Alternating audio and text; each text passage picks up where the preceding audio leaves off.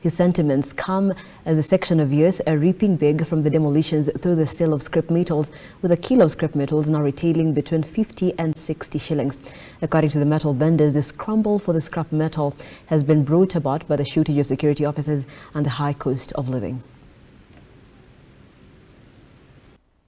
It being a week after demolitions across Portland Cement Company land in Mavoko constituency began, hundreds of families continue to cry for help in agony as property worth millions were destroyed. Speaking during a special prayer for the victims of the demolitions at ACK Church, Wiper leader Kalonzo Musyoka insists that victims of East African Portland tussle must be compensated, noting that the Azimio coalition will ensure justice is served. Wametoka mambo ya dynasty versus hustler, because I've forgotten the hustlers. What greater hustler can you have than somebody in Mavoko amefanya whatever they can, wanauza, wanafanya kidogo angalau ajenge nyumba.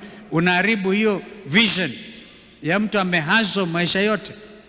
However, as others cry in agony for some, they can only thank the courts. Youths in the area seem to have found a lucrative business opportunity, most of them venturing into selling scrap metals from the remains of the demolished houses. Si ni mayouth venye unaona hapa tumekuja kujirea kwa sababu hakuna job. Hii ni ile job iko kwa saa hii na lazima tubebe hii chuma ndio at least tupate ka kitu ka kudishi. Venye mnaona venye mnachikia hapa maboys ni wengi, hatuko mboka bana. Kwa sasa hii ndio ile opportunity tuko nayo. They say the decision was fueled by high rate of unemployment as a kilo of metals is selling between 50 shillings and 60. Tunashukuru serikali wametuletea hustling hapa mtaani.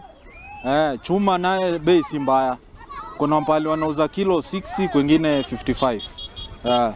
Victims displaced continue decrying the manner in which the exercise was carried out, terming it as inhumane. Some say the ongoing investigation at the river will yield no results, claiming poor victims who have been affected are likely not to benefit from the compensation in case the fraudsters are directed to cater for the damages. Aludagail for Lookup TV, Nairobi. And in response to that call by Wiper